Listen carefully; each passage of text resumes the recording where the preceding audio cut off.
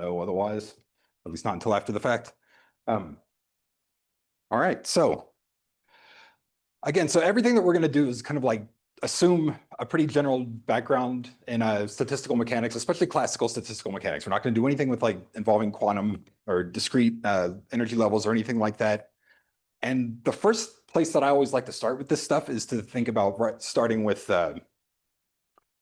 just simple particles interacting with some sort of external potential field, but not necessarily interacting with each other. And that lets us define sort of a particle partition function that'll be really useful going forward. So this first little bit of notes is kind of adapted from chapter 3 of Hansen and McDonald's. Is it McDonald? Theory of simple liquids. This is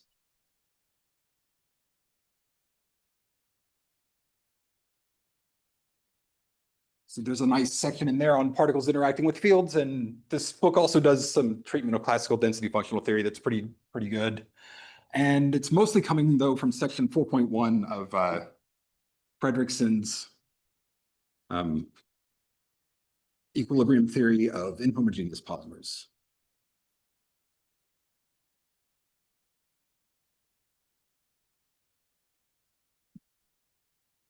And really, this book is my reference for most of this stuff. Some of the things I do a little bit different from how Glenn did it, but it's, my notes pretty much follow a lot of what he's did. And, when I learned this stuff, it was by reading through this book in a sort of stochastic order. And so I kind of go through it in the order that I was able to figure things out. And going forward, when I do use abbreviations, use the abbreviation ETIP, that's referring to this textbook or this monograph. All right, so the thing that we're going to start with is a really simple system. So everything that we talk about today and Thursday is going to start with just simple fluids. We're not going to deal with polymers yet. I just want to sort of lay the groundwork for the particle to field transformation and talk about some of the types of systems where we can do this before we start getting into more advanced molecular architectures and then more advanced analytic techniques. So we're going to consider a system.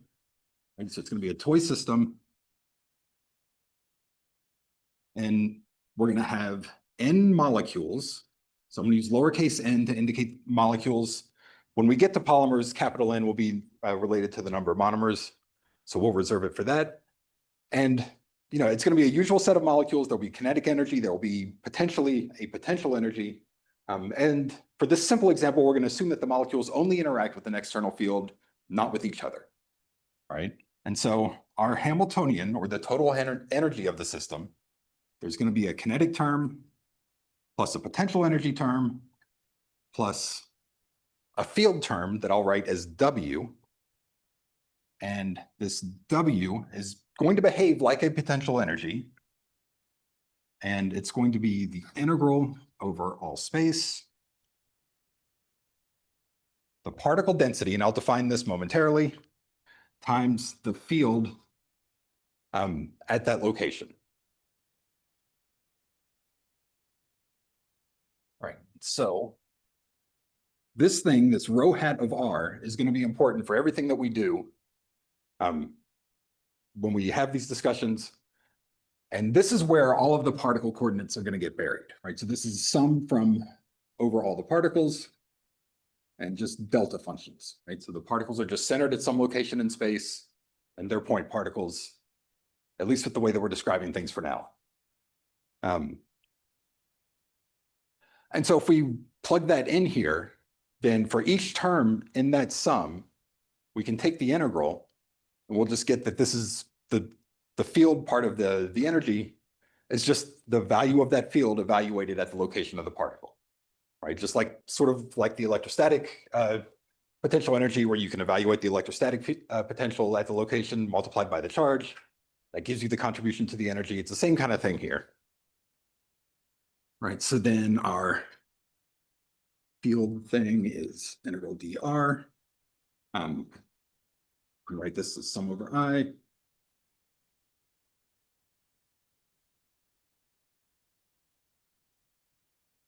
And so then when we use the property of the delta function, this just becomes sum over I, W of R I.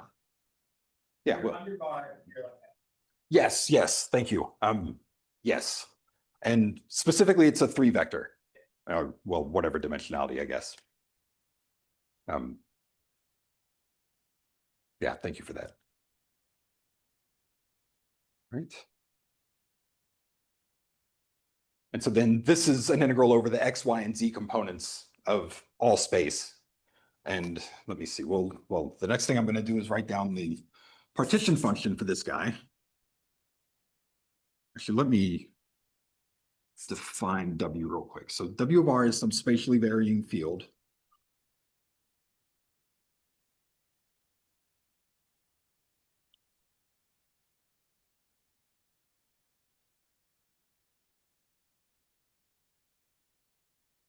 And for now, we're going to assume that these particles don't interact with each other. We're going to set that U is 0, right? So the particles only interact with the field, and whatever interactions they have with each other, we can just throw away.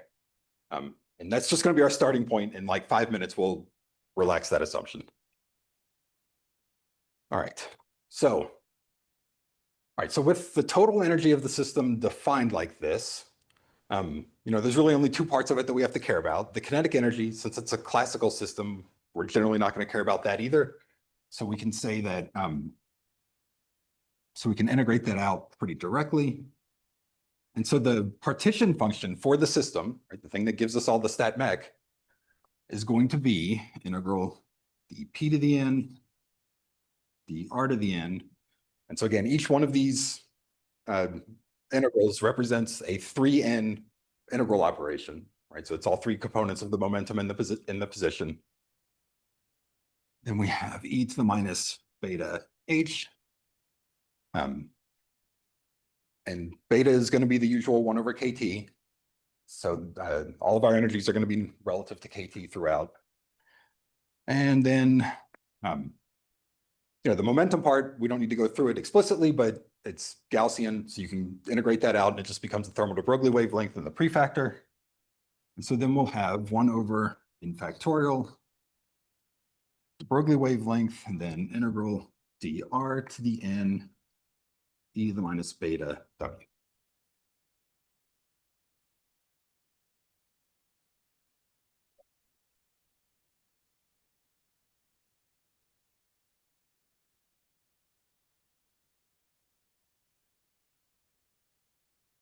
All right.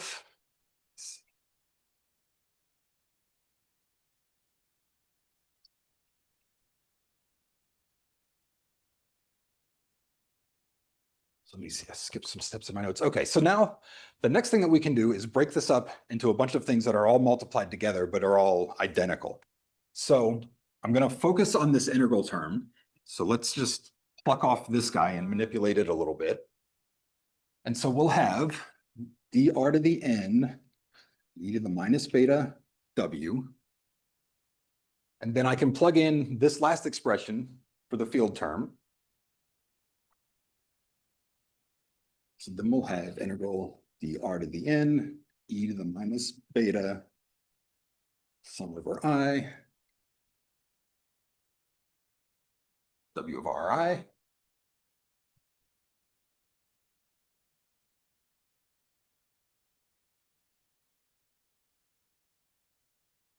And let's see, how much more space do I have? A little bit. And so now I'm going to write out some of these integral terms. So we'll have dr1, dr2, all the way up to drn. So those are all the vector integrals. And then this exponential of a sum, we can rewrite as a product of exponentials. Right, so this can become just the product from I equals 1 to n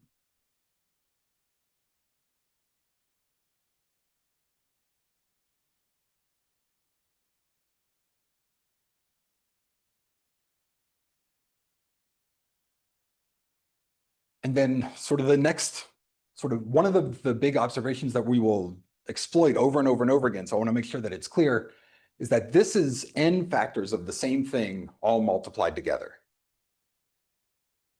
Right, so this can be rewritten as integral dr1, and I'm going to break the product up, so we'll have e to the minus beta w of r1 integral dr2 E minus beta, W of R2, and so on, up to the nth term. Right, and each one of those things inside the large parenthetical are all an identical term doing the exact same operation, just little n total times.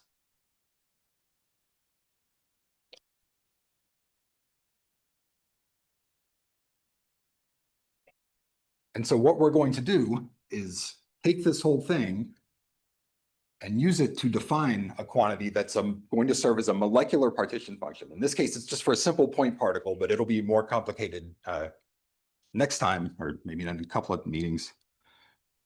And we're going to say that this is now v to the n times q to the n.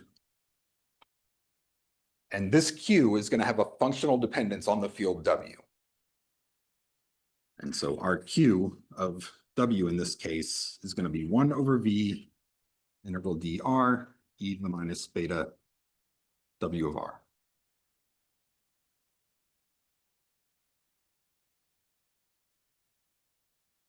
So in going from here to here, I've multiplied and divided by v to the n. And one of those v's to the n got absorbed by the q.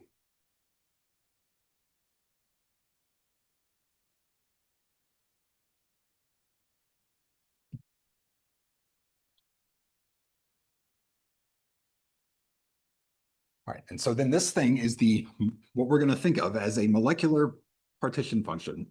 It's kind of a stupid trivial molecule at this point, again, because they're just delta functions, but it's a molecular partition function for a point particle in the field W of R. And we've prescribed that field just at the start of the problem. We didn't have any other way of determining it, not yet, anyway.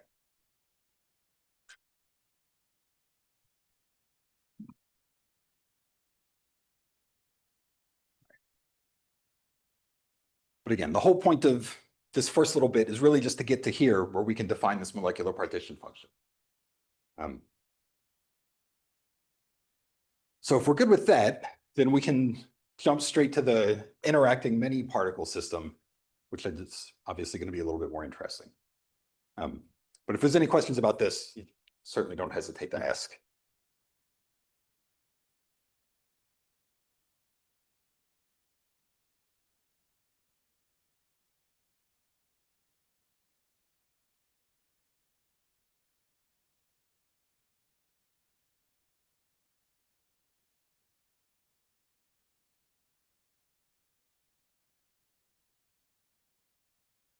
All right, so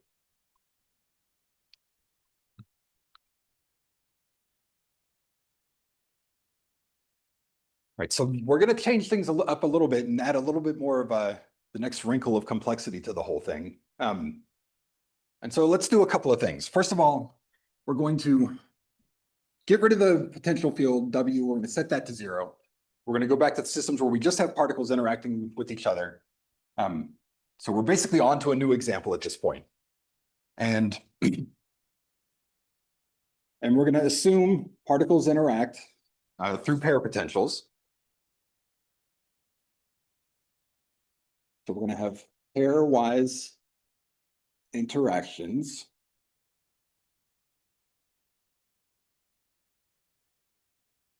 All right, so then sort of the standard particle way of writing the potential energy would be to say that this is 1/2 I equals 1 to n, sum j equals 1 to n, but not equal to I, and u of I minus rj .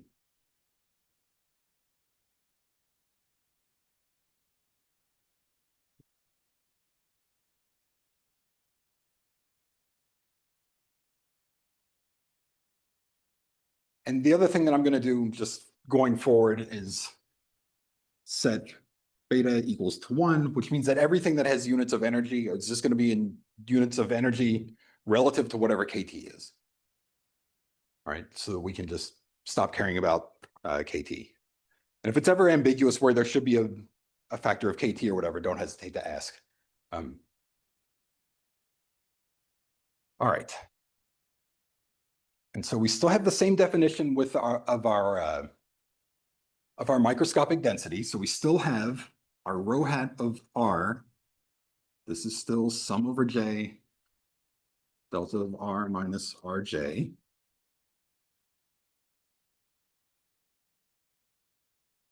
So still a bunch of point particles. And the thing that I want to do next is write this potential energy in terms of rho hat.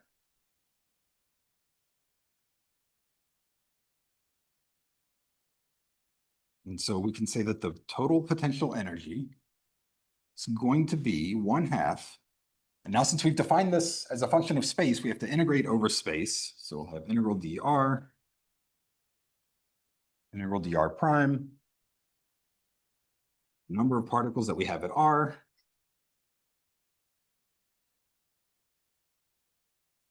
and then the number of particles that we have at R prime.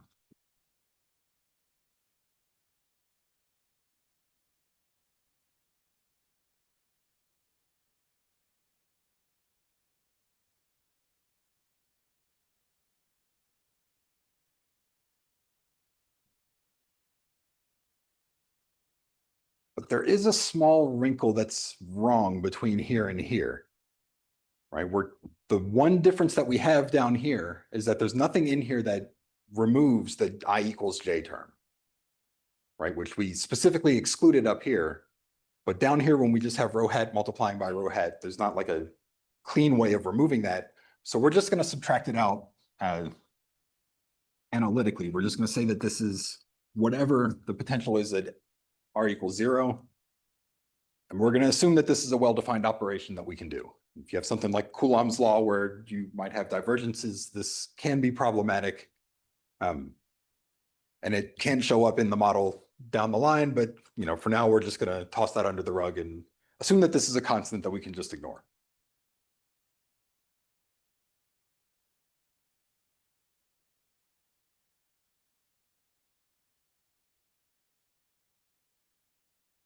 All right, but hopefully everybody's okay with this next little bit.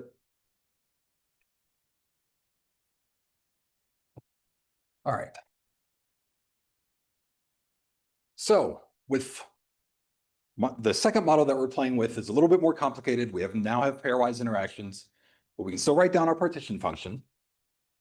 And so we can say the partition function, the thing that has all of our thermodynamic info, it's 1 over n factorial, de Broglie wavelength to the 3n. And so again, I'm just throwing out the momentum stuff because we don't care about it. It's just buried in this lambda t.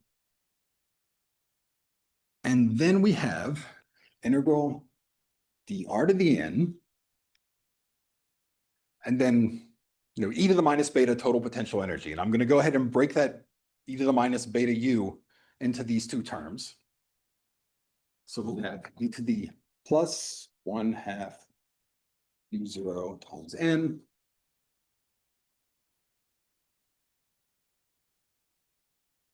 And then times e to the minus 1/2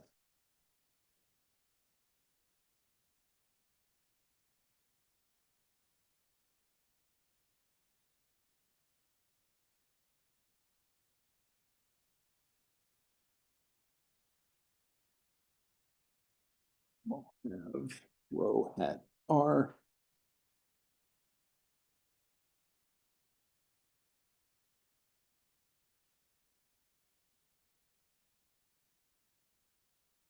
just to be explicit about it, this subscript notation, this is rho hat of r minus, or just rho hat of r.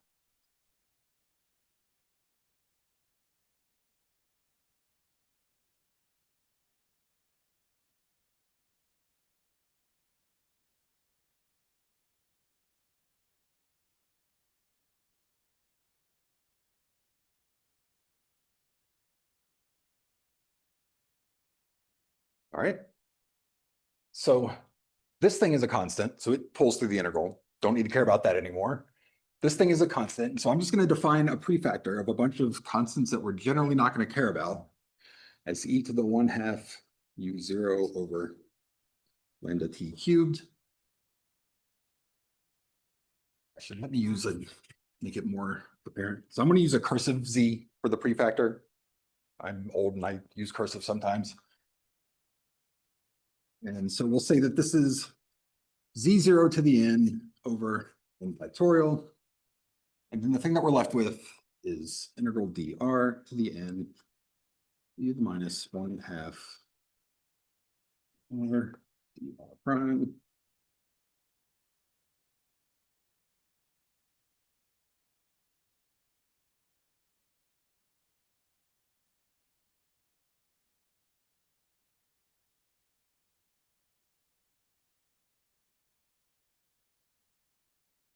All right, so we haven't really done anything yet, but hopefully it's reasonably clear how we got to here. We're just kind of rewriting normal StatMech stuff. There's nothing too fancy. And then the next thing that we're going to do, though, is actually this next step is to actually invoke the particle to field transformation, or this thing called the Hubers-Trutanovich transformation, where we're just going to recognize that this has a Gaussian form. Right? If you think of a Gaussian as being like e to the minus x squared times a thing, that's basically what we have here, where instead of x, we have rho of r. Right? So it's rho of r, the density, it's quadratic in the density, and then there's the potential energy function that, in a really hand-waving sense, plays the role of the variance of the Gaussian. And so from the math preliminary stuff, hopefully you saw this expression that we can use. So we had minus 1/2, and I'll write this out pretty explicitly, at least the first time.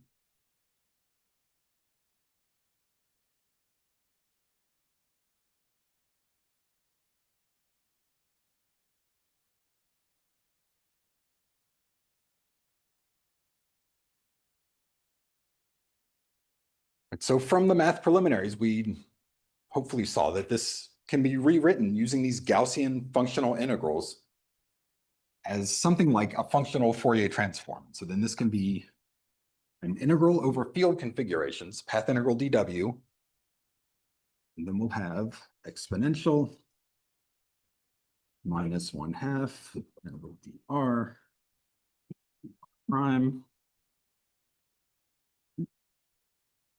w of r u inverse of r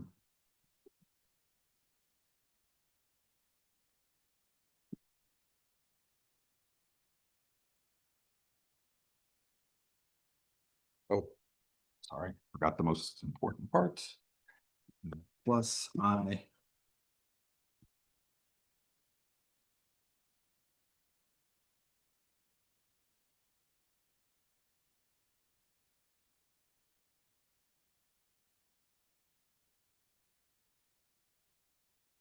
and then this whole hot mess is divided by a constant that I'll just call omega 0. It's like the normalizing constant of the whole Gaussian functional integral. And we'll come back to actually evaluating this thing in a few weeks. Because again, it's one of these things where there's a ton of subtlety that comes into it.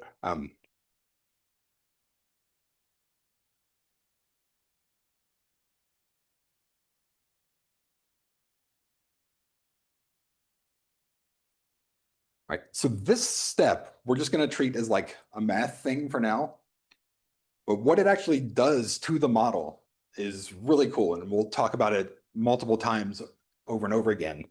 Because what we have in the first line on the left-hand side of this equal sign is sort of like the standard particle model, where you would have to sum up all the pairs of interactions of the particles to like sample a microstate or to calculate any sort of property. And in the next line, we don't have a rho hat times rho hat anymore, right? So there's no interactions of the particles with each other when we go to this other side of the equal sign. All right, now what we have is a thing where the particles interact with this potential field. And then that potential field is generated by this weird U hat or U inverse thing, which is like we'll talk about that momentarily, but it's the functional inverse of the pair potential.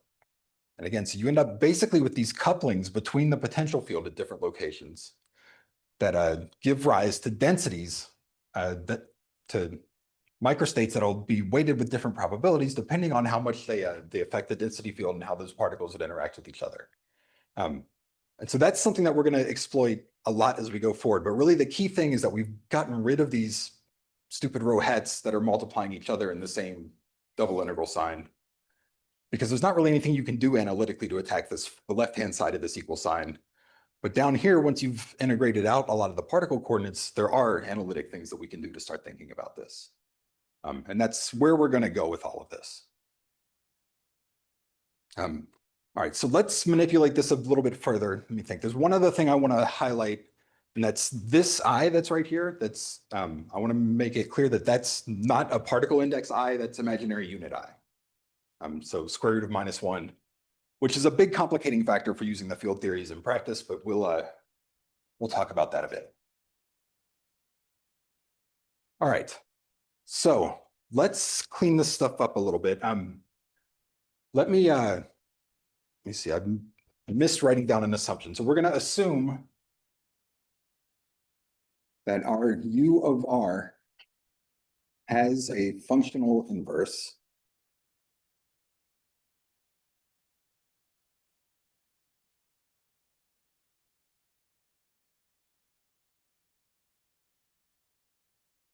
And that has a very formal definition, but in practice, it should have a well-behaved Fourier transform. That's kind of the property that we're looking for our pair potential. And so things like Coulomb's law does it. We use Gaussian interaction potentials a lot. That's a really handy one. And delta function interactions. So things that are purely local are also really convenient for a lot of analytic things. And so we're just going to assume that we're working with a model that's well behaved for that kind of thing at the moment and carry on. Yeah, Josh. I'm looking at the Hubbard trigonometric equation. Mhm. Gaussian integral goes to, now you have another Gaussian integral with W's. Mhm. So I guess would you say at this point that only advantage of going from one Gaussian integral to a Gaussian in W's is because the analytical interest? Like at this point, do you think that's the only? Yeah, I think so. Yeah. I mean, like others emerge that I'm sure everyone will see at this point. yeah, I mean, This is the question I thought. You just train one Gaussian for another. It's a mini body problem in particle space now. It's like a. yeah, now it's like a 2-point weird field thing. So, It's yeah, so eventually this does help you, I guess, but I'm just kind of expecting at this point. yeah, I mean, I guess I would say even in general, that's probably one of the biggest advantages, right? Like the fact that you get access to all of these analytic approximations that you can do on the right-hand side of this that you don't have access to on the left. Right? Because like even doing a mean field approximation for the thing on the left is kind of messy.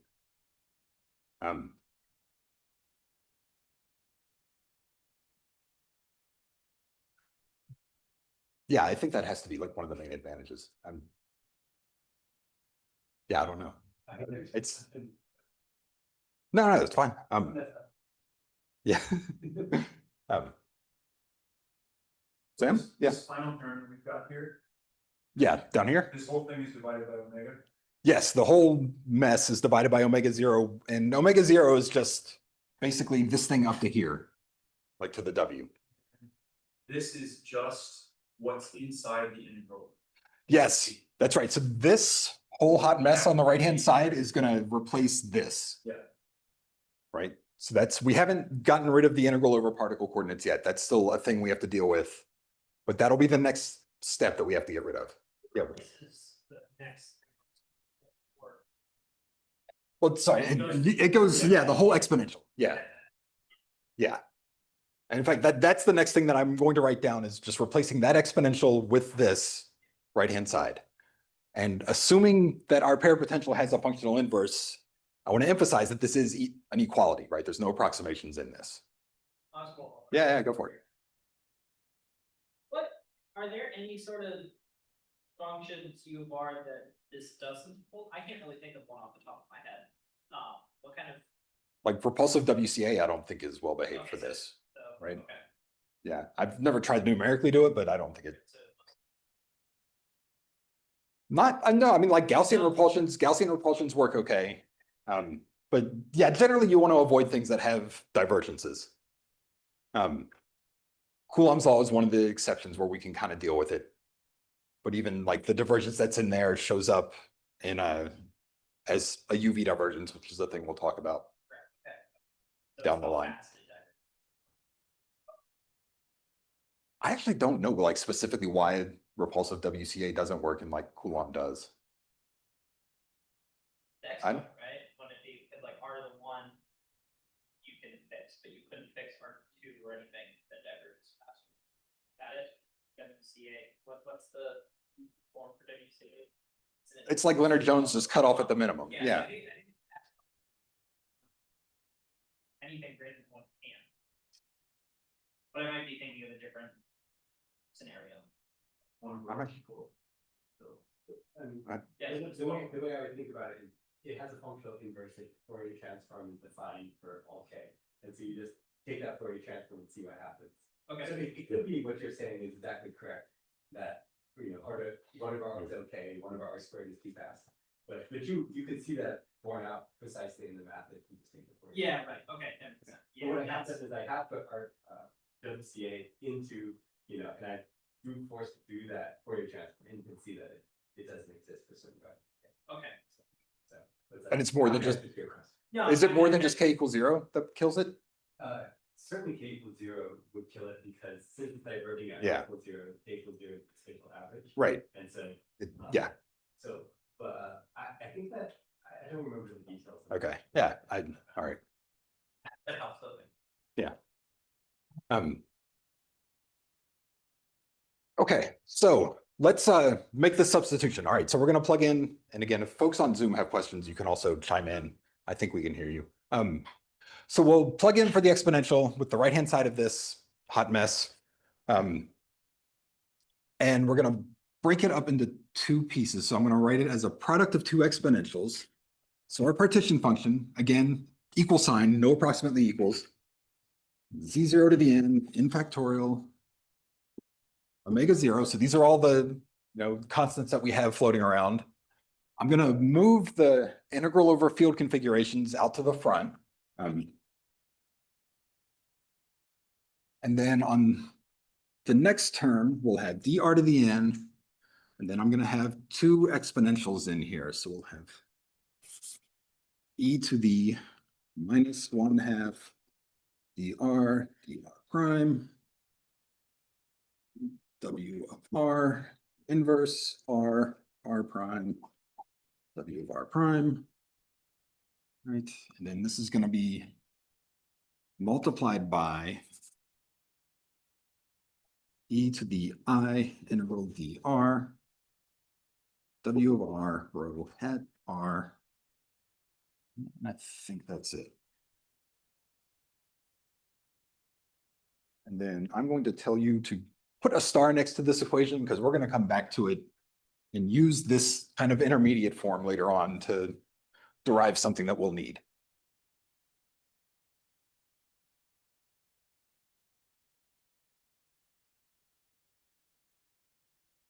All right. So all I've done is plug in the right-hand side here, and then I want to pluck off the terms that have the particle coordinates. So this integral sign and this exponential, and we're just going to pull those aside and deal with them real quick.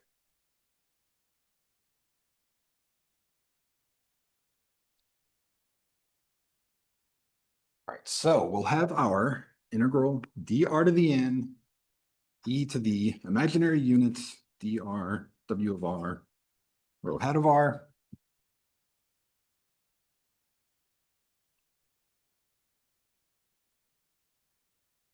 And basically we can go through the exact same arguments that we did with the simple particle, like little n particles that didn't interact with each other. Like the first example that we did to define the molecular partition function, that exact same reasoning is going to apply here. Right, so we can plug in, we'll have integral dr to the n, e to the I, integral dr. So I'll just write things out this time. Now we'll have sum over j, delta function minus rj.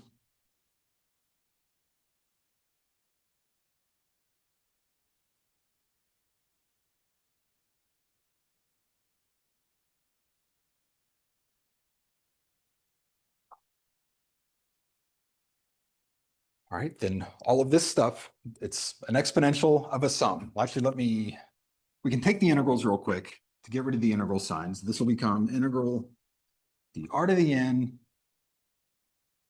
e to the I, sum over J, W of RJ.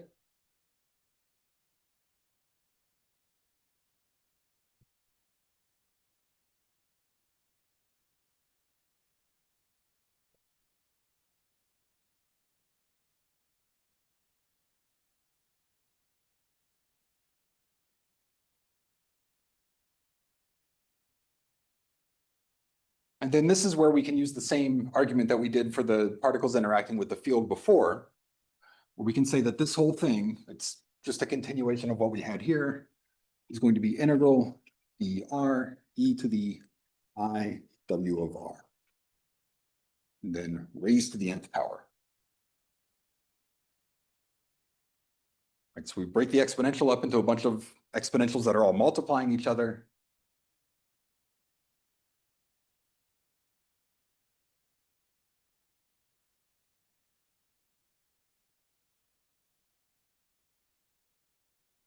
Is this jump okay, or would y'all prefer to see the intermediate steps? All right. It should be basically the same as what we had before, except I lost a minus sign somewhere, I think. And there's an imaginary unit. And so we're going to do the same game here where we can use this to define the molecular partition function. And so we multiply and divide by v to the n. So we'll v to the n over v to the n, then q of IW raised to the nth power.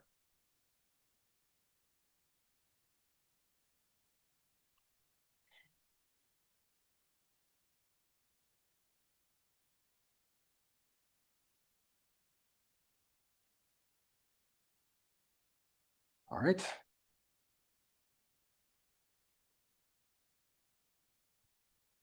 And then the next line that I'm going to use is that this is equal to, and as I go down from this line to this line, we can say that we can use this property. So you can write x to the y as e to the y times the log of x. And so then we can say that this whole thing is v to the n times e to the n log q.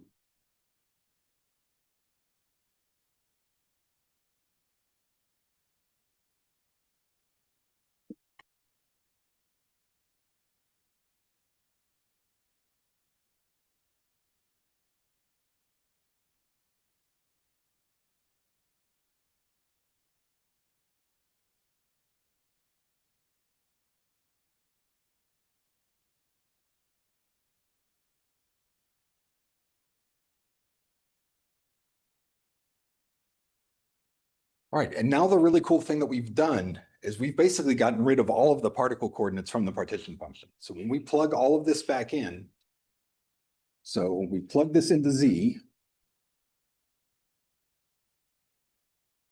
Now what we have is Z is 0 to the n, b to the n over n factorial, normalization thingy, integral dw, e to the minus h of w. And then this h of w is the thing that we're going to call an effective Hamiltonian. And so it's sort of going to play the role of like the total energy of the system, but it's not the total energy of the system. And we'll elaborate on that in a moment, but this thing is equal to everything that was inside of the exponential. So it'll be 1/2 integral dr prime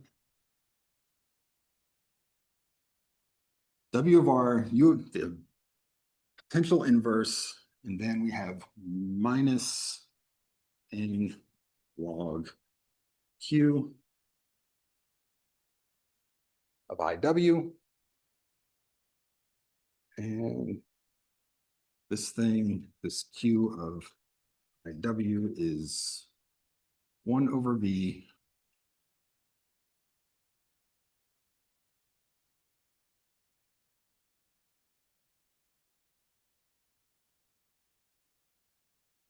I lost a minus sign somewhere in here. It ends up not really mattering all that much, but this is usually the way that it's defined with the minus sign inside the partition function.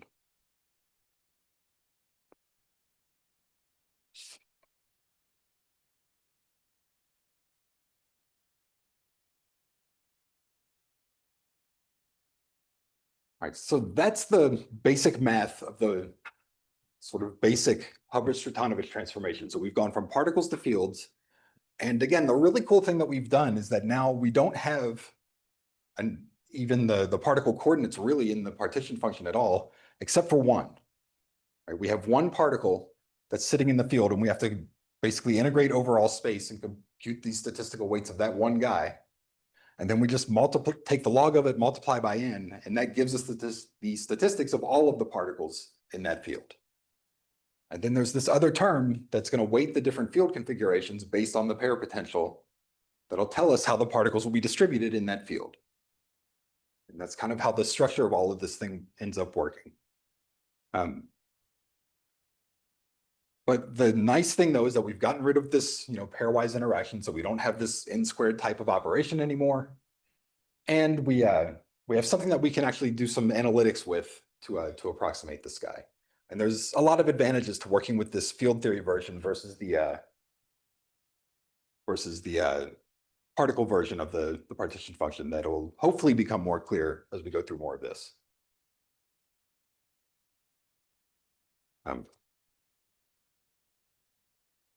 Any questions up to this point?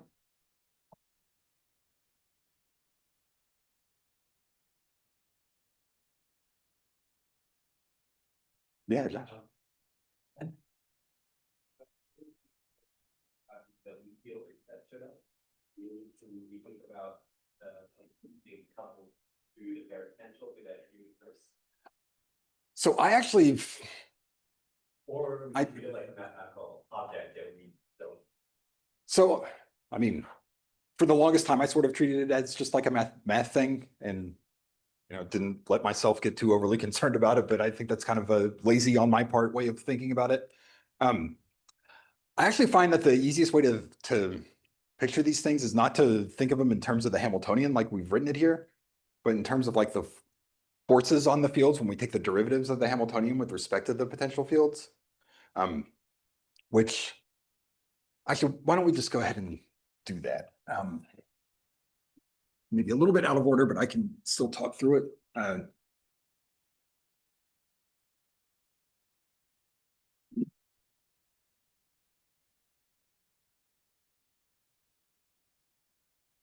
So I guess it's kind of an aside. The thing that we have to sample now, right? If you were to think about doing a simulation or any sort of calculation of this, no, it's fine.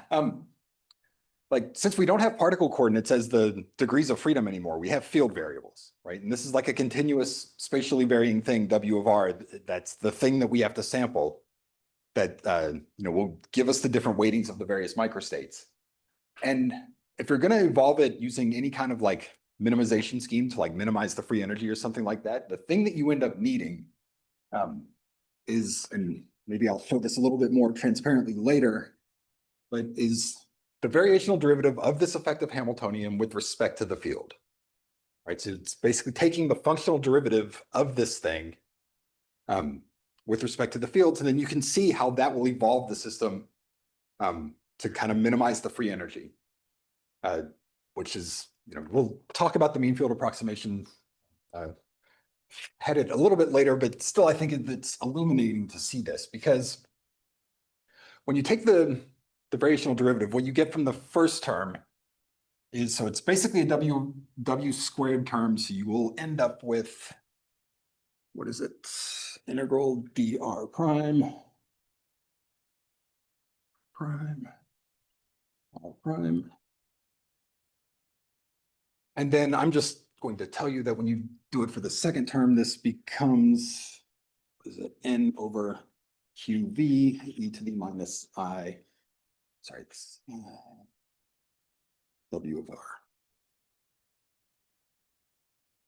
I don't think I've missed any minus signs on that.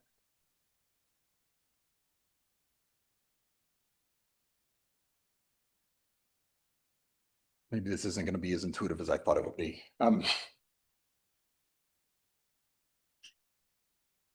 So this thing, maybe, actually, I do think I want to delay this and come back to it.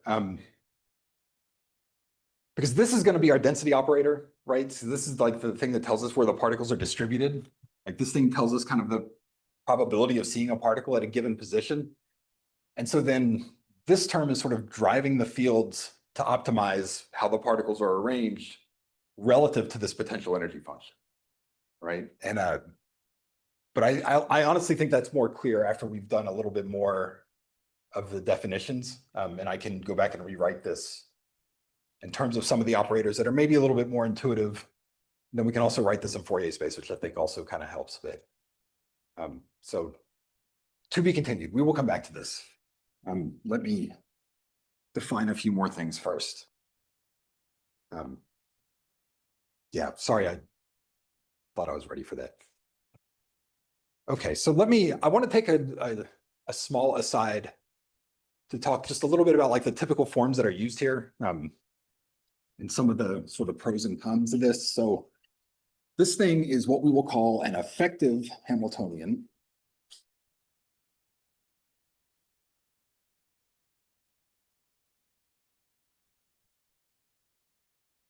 And we call it that because in the partition function, it does still like weight the microstates, right? Just like the regular Hamiltonian would in the starting particle model, right? So for a given field configuration, the microstate is going to get weighted by this exponential of minus h.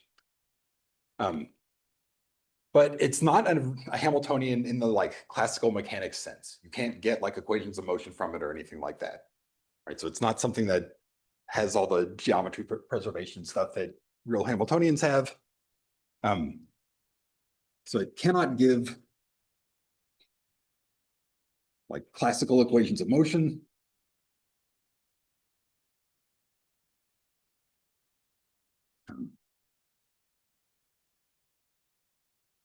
And the other sort of wrinkle here is that it's complex value. Right? We have this imaginary unit floating around. And so if we want to think about doing Monte Carlo sampling, where you need to weight microstates by e to the minus beta delta u as you transition from one state to the next, that becomes a problem because this thing is no longer positive definite. Right? So e to the minus h, not positive definite.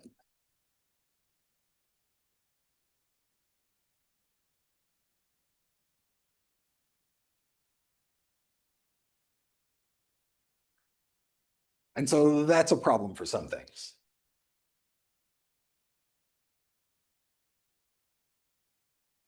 But again, we have this advantage of things being somewhat analytically tractable that we're hoping for the moment will outweigh the disadvantages. All right, let me see. I was going to show a couple of potentials.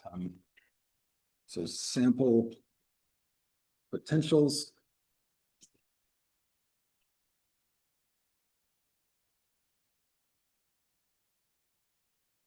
That are commonly used.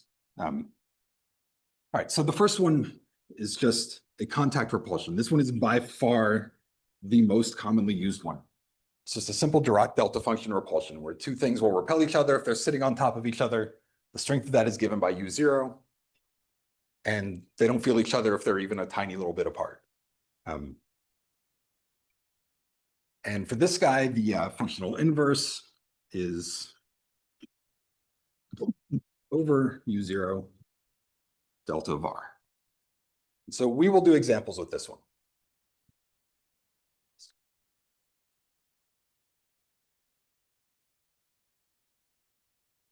But it's nice and handy and convenient because its inverse is basically the same thing. You just flip over the constant prefactor.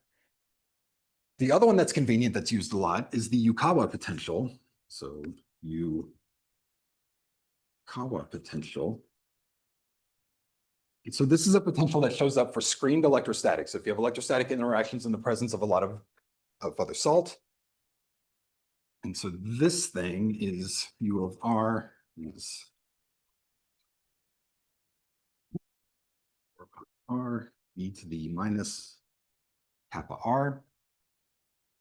And so this K here, this kappa is an inverse screening length. Is this the Debye screening length? I think it is. I don't know. Yeah. It's a screening length. It basically controls how quickly this thing decays. And the way that I've written this, U0 is basically the magnitudes of the charges involved. Epsilon, the dielectric of vacuum and the relative dielectric of whatever the medium is.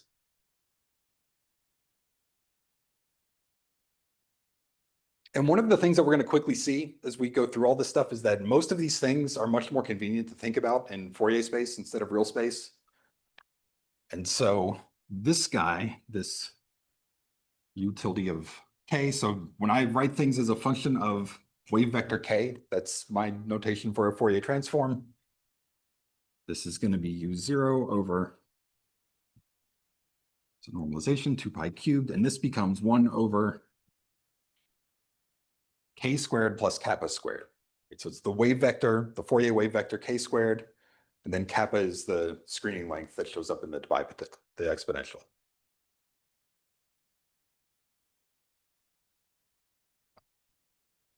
And then these things are handy to think about in Fourier space because to get u inverse of k, you just flip this thing over. So this is 2 pi.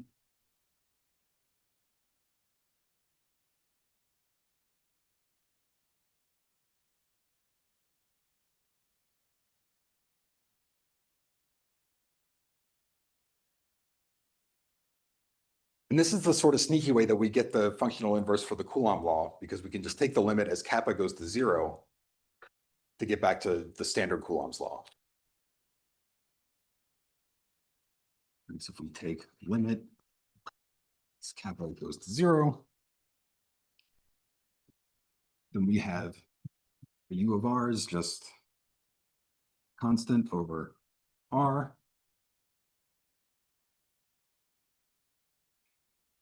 And, you know, the Fourier transform versions, you can just write it out. Like you just drop the kappa term. It's pretty straightforward. And then the real space term is minus 1.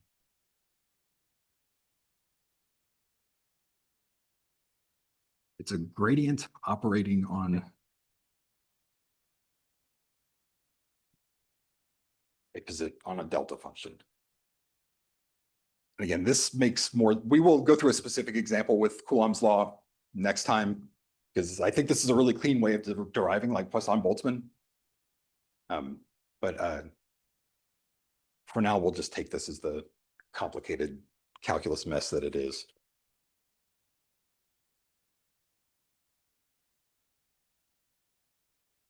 Okay. Yes, yeah.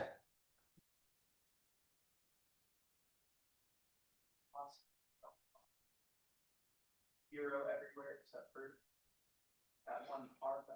So that thing by itself doesn't really make a whole lot of sense other than to think of it as an operator. And then it only makes sense when you put it in an integral and you can do things like have it act on stuff to the right of it or integrate by parts. Yeah, that's. It will, like, I mean, this, like what I have down here is really just taking kappa to go to 0 and then inverse Fourier transform, right? And the only thing that you have here is this k squared, and that just gives you a grad squared term when you come back to real space, and it's not acting on anything. And so that's why you pick up this delta function. And so then again, it will make a lot more sense when we plug it in here, because then you'll have grad squared operating on this thing. The delta function is operating on this thing at r prime. And so then that selects out and puts these two things at the same location. And we'll be able to show that that's like the electrostatic potential basically. Yeah. U inverse A, that should have a tilde, right? For inverse space or. Yes, yeah. Yeah, I will probably screw up the tilde on the Fourier transform thing a lot. And then since it's related, since the patient stuff, I was kind of curious, I don't think we have it on the board right now. Because, tilde for ways familiar with me. And I'm not unfamiliar with, having the hat on the density, but, is there like a particular motivation why, or like, relative to like all the other notation of cap, like, that's just, if not, that's fine, I was just kind of curious if. that's the reason the density signaled out as having a hat. So basically the tilde is a thing that I will use to just distinguish one variable from another. It's like one of the measures that I will use. It will not always mean Fourier transform, which is probably annoying, but honestly, the most reliable way to know when I'm dealing with things in Fourier space is if it's a function of K or R. That'll be by far the best way to tell if I'm working in real Fourier space. The hat on the density is something that I will emphasize pretty regularly because I will consistently on rho hat, that will always be where the particle coordinates are. So like rho hat will always be a sum of delta functions, a thing that we can't really conveniently do anything analytic with. And so that will be a pretty exclusive thing. So it's like, The rho hat is, yeah. And the tilde is just kind of to distinguish things. yeah, okay. I don't think I'll use the hat for anything else. I don't think I do. Yeah, that makes sense, so thanks for. But yeah, unfortunately, the tilde will have other meanings. It's probably annoying, but whatever. Okay, so other questions before? Let me see, I had at least one more thing I wanted to talk about. I'm not sure we'll get to everything today. So the two potential data here, we have the Yukawa. The Mhm. first one is just constant value, right? I'm sorry, the delta function one? Yeah. Or is Well, that- it's a constant if they're on top of each other. Right, Yeah, yeah. and zero otherwise. What about something that's like non-zero when they aren't on top of each other? So the most common one that's analytic that I use is a Gaussian. So we'll use, we'll just also call it U0, 2 pi, I guess sigma squared. Don't think that'll be problematic. E to the minus R squared over 2 sigma squared. So a unit Gaussian multiplied by an amplitude U0. This thing, of course, has a really well behaved Fourier transform. So our U of K is just going to be e to the minus K squared sigma squared over 2. And so then U inverse, I'm sorry, this should be times the prefactor. And so then U tilde of K, the functional inverse, is just this thing with the plus K squared. And so it's 1 over U naught e to the plus.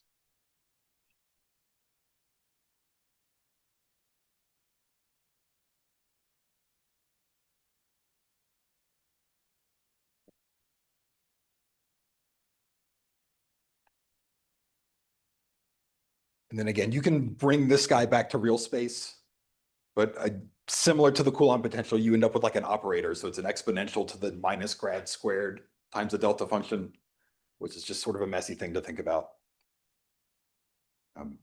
But it's doable.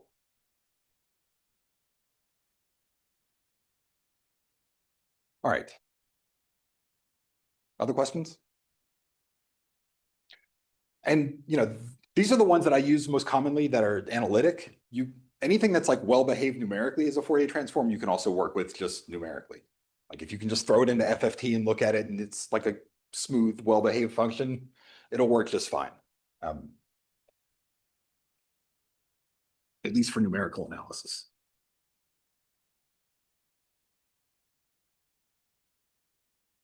All right, so let's talk about a couple other things.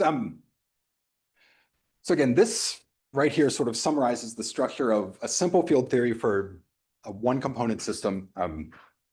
See, I'll try not to go too much longer, but when we think about calculating properties from a particle-based model, it's a relatively straightforward thing. Like you have direct access to the potential energy, so you can calculate average energies.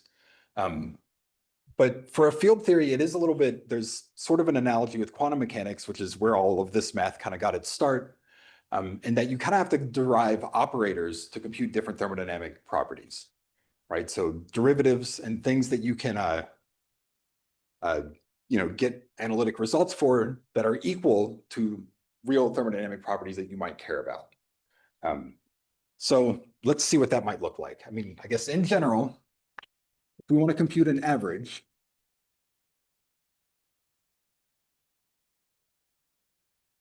of some property M, right? So if we want an ensemble average of something M, right, it's going to look sort of like how you would guess from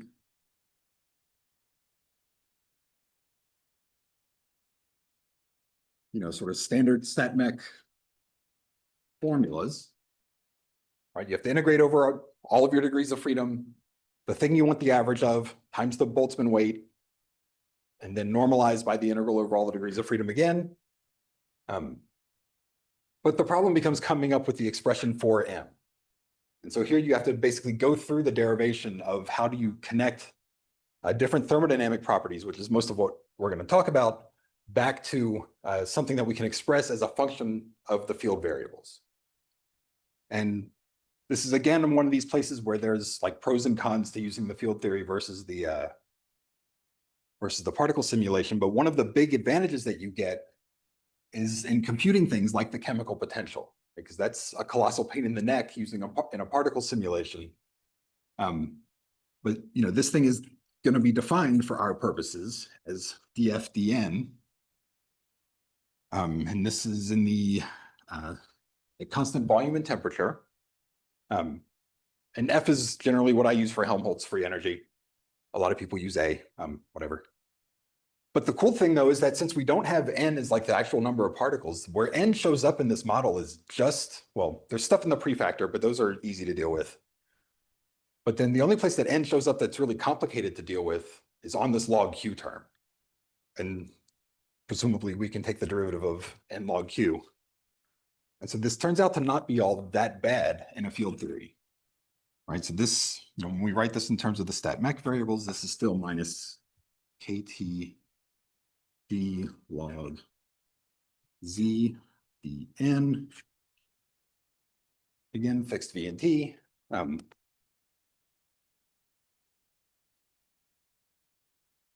so when we take the log of Z and evaluate this thing, what we get is minus KT d by dn. Then when you take the log of Z, right, to turn this into the free energy, you'll have these terms that show up as prefactors. So you'll have N log Z0 plus N log B minus log N factorial.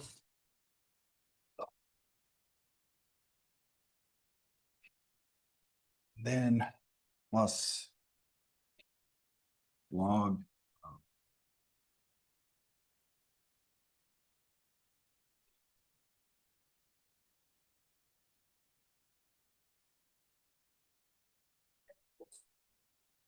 so all I've done is take the log of the right-hand side.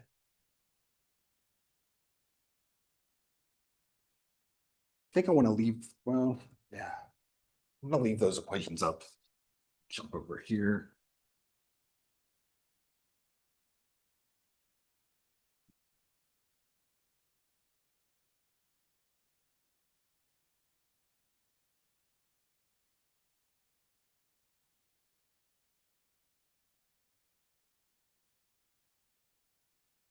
Right, so let me see. So our chemical potential, which again, dF dN, this is going to be. All right, so I'm going to skip all the algebra from the first terms because I'm assuming you all have seen something similar to that before. We don't need to care too much about it, but this becomes KT log of N over V Oops. N over V times Z0. And then plus the thing that comes out of this term, since it's the log of this integral, it's going to give us something that looks like this, where the thing inside the integral over the fields is going to be dH by dN. So this is going to be, get this right.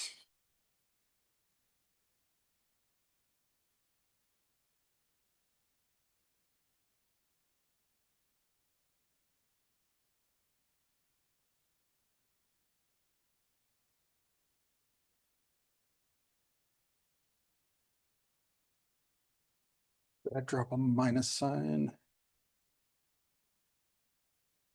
No, the minus sign out front killed the one from the exponential. So I think we're okay on our signs.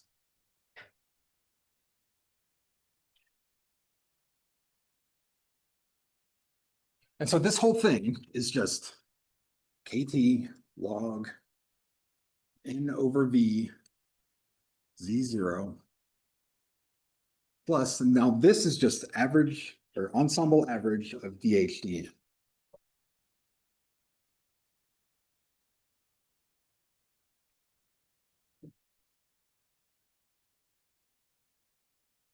And so what we have turns out to be relatively simple, right? We just have an ideal gas term, right? So this is like log of density or number fraction. So it's N over V. This Z0 has all the like self-interaction and thermal de Broglie wavelength nonsense buried in it. And so this whole term is basically just the ideal gas in the reference state, right? That's what's buried in there. And then DHDN is a derivative that we can calculate really easily, right? Because N just shows up as a scalar prefactor. And so then this whole thing is just KT log N over V Z0 plus ensemble average of minus log Q. The KT distribute or no? This is where I'm screwing up my notation. Let me think.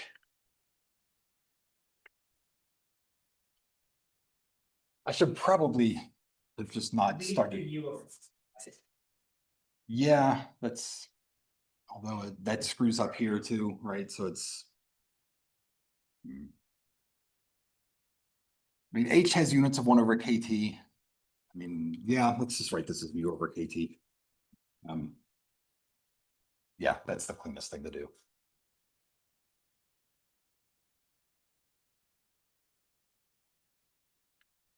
Yeah, I guess H should have unit or have a KT on it somewhere, but. Yeah, that's better. Okay, thank you.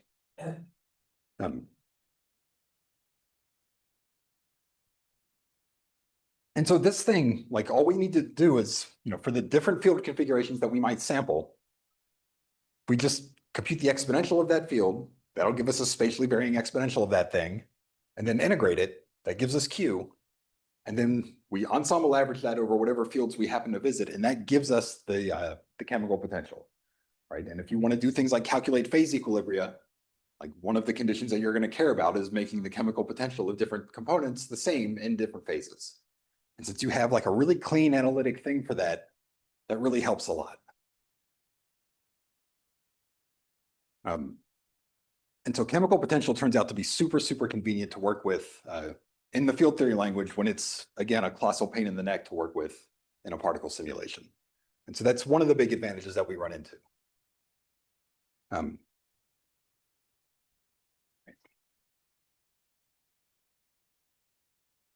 How are we feeling? Do we want to do density operator or not? We've been going like an hour and 15. I don't know. It's up to y'all. Let's do it. All right. Try to balance brevity with clarity, but we'll see.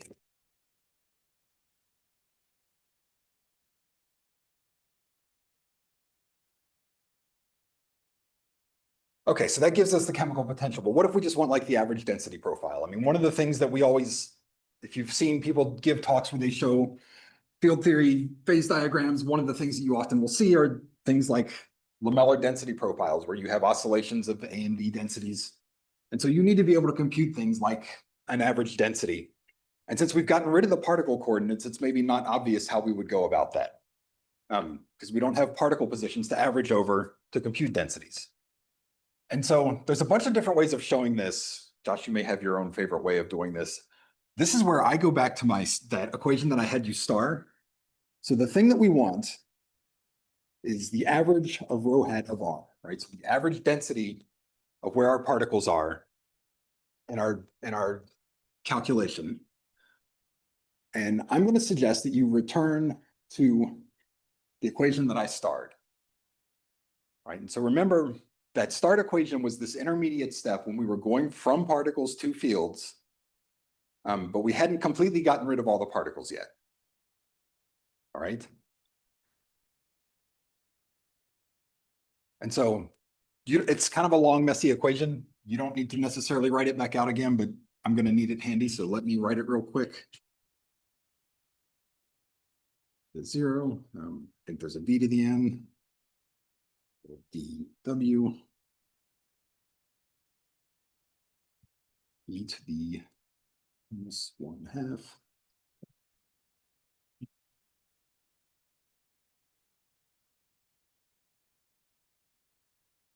So there was this exponential, and then this was multiplied by e to the I integral dr, w of r, rho hat of r. And so this is all inside the integrals. Oh, shoot, this one. Sorry.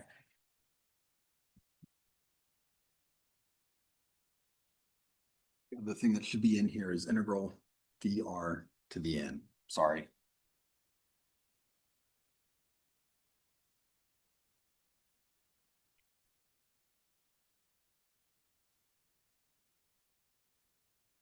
And so when we want to compute something like the average density, right, so this average rho hat of r, basically what we want is something that's like dw, dr to the n. Remember, at this point, we still have degrees of freedom that are both the field and the particles, right? We haven't gotten rid of the particle coordinates yet and replaced it with n log q. And so we still have to integrate over everything. And then e to the minus this hot mess, right? So let me see. How can I abbreviate this? I'm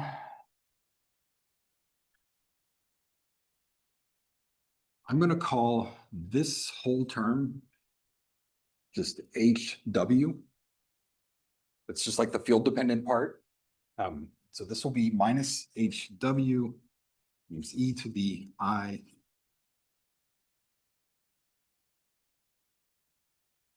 Right? We need this over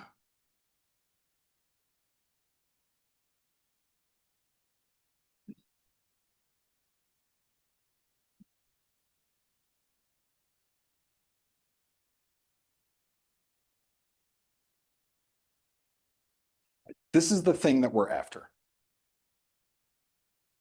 All right. And I realize this still looks like a hot mess, but it will get us somewhere useful here in just a second.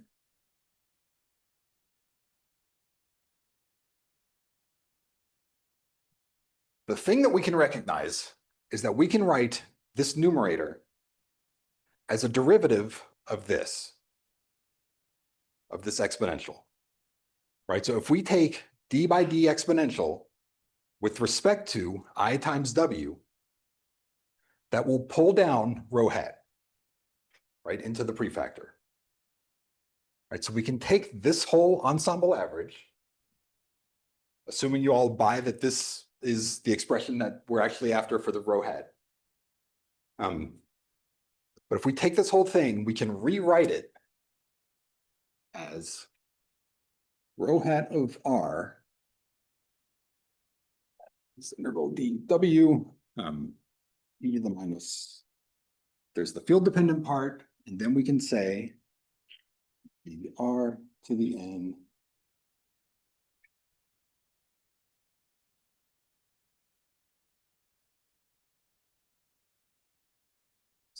The I.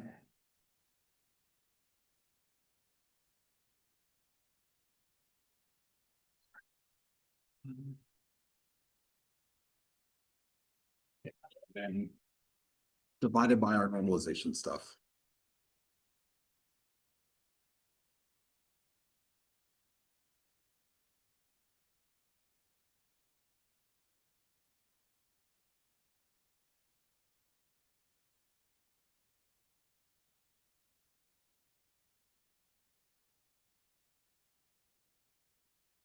So again, if we take that partial derivative, there's a world where they call this thing like a moment generating function, where basically we're taking a derivative with respect to IW, and that's just going to pull down the row hat for the thing that we need.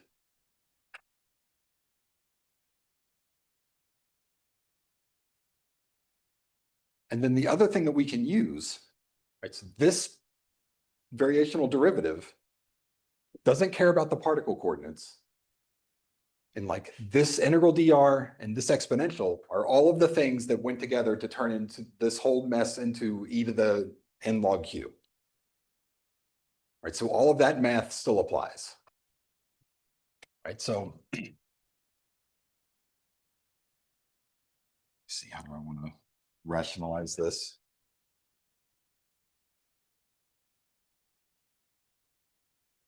Right, so we can basically use the previous definition of q to the n of IW.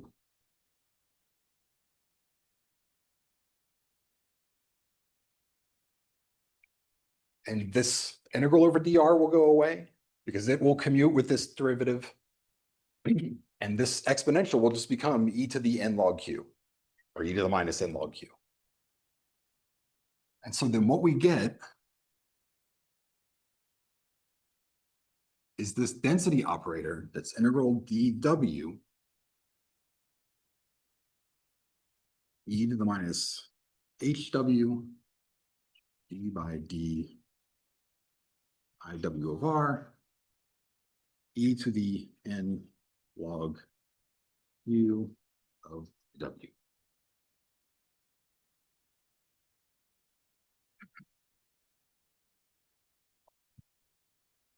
And this is now divided by, just go back to the full field theory version in the numerator and the denominator.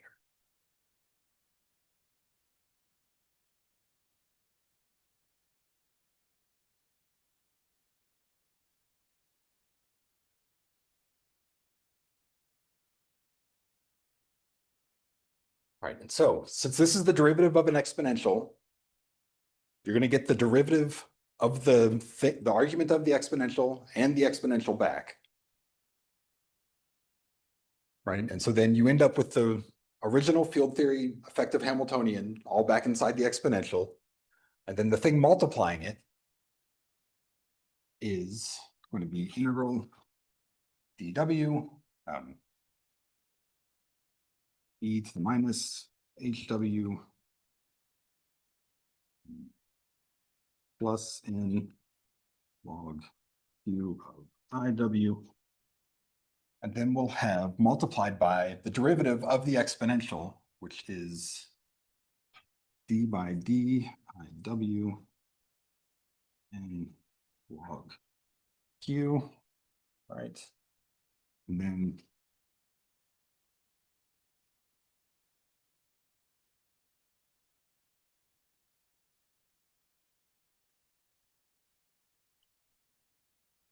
so again, this thing that's in this exponential is our original effective Hamiltonian for the field theory. And then this thing is what we will call our density operator. So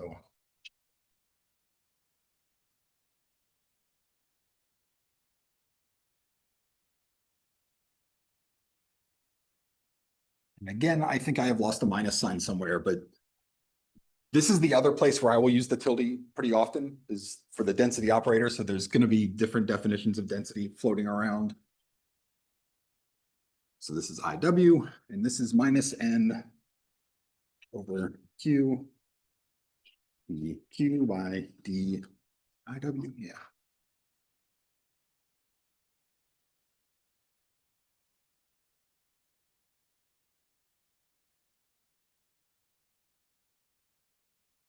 And the important thing here is that this density operator for a specific field configuration is not necessarily equal to a particle density, right? Those don't necessarily have to be the same.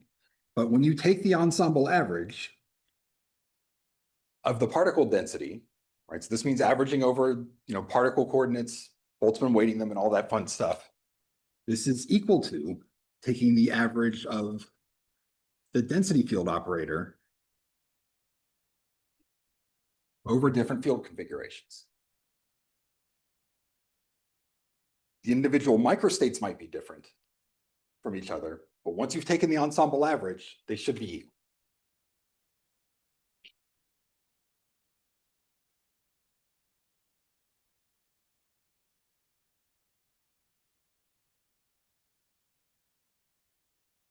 And for the simple fluid that we've defined, this thing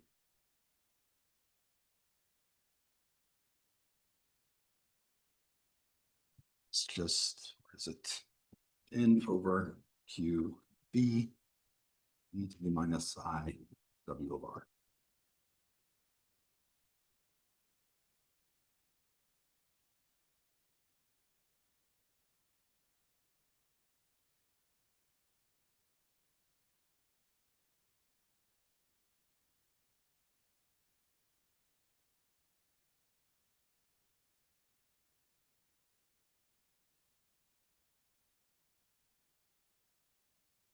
That was a lot. This is going to take more than the 6 discussions I had originally planned, but that's okay. So this is a lot of math. Any questions about this stuff so far? I realize this was like very heavy formalism stuff.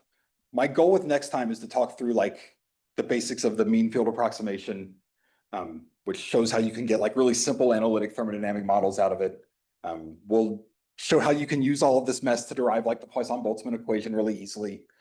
And I also want to talk through like the mean field approximation and how a little bit more physical interpretation of how the role that the fields will play in the mean field approximation.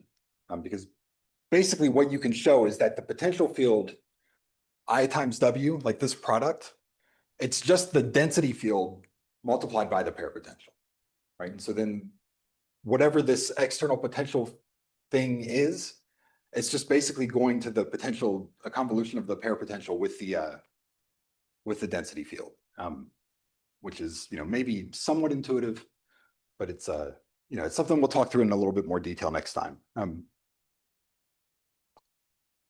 don't know, questions before we call it a day? That was a lot.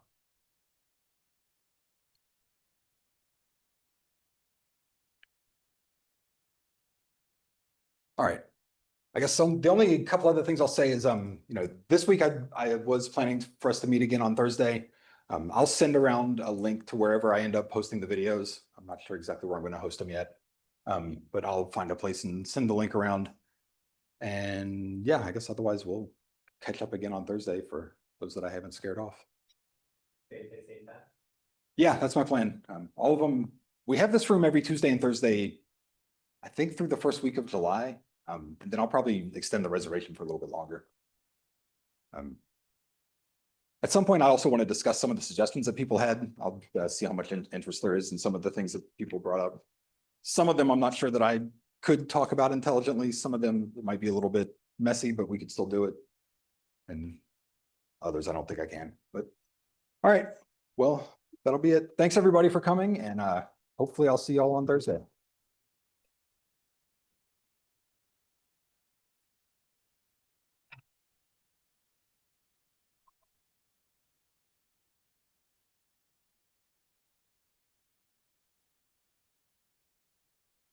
Yeah, Thomas, I see your comments. I will, I should be able to upload the notes. Yeah, I will send those around. And I will also send around the link to the videos. All right, see y'all.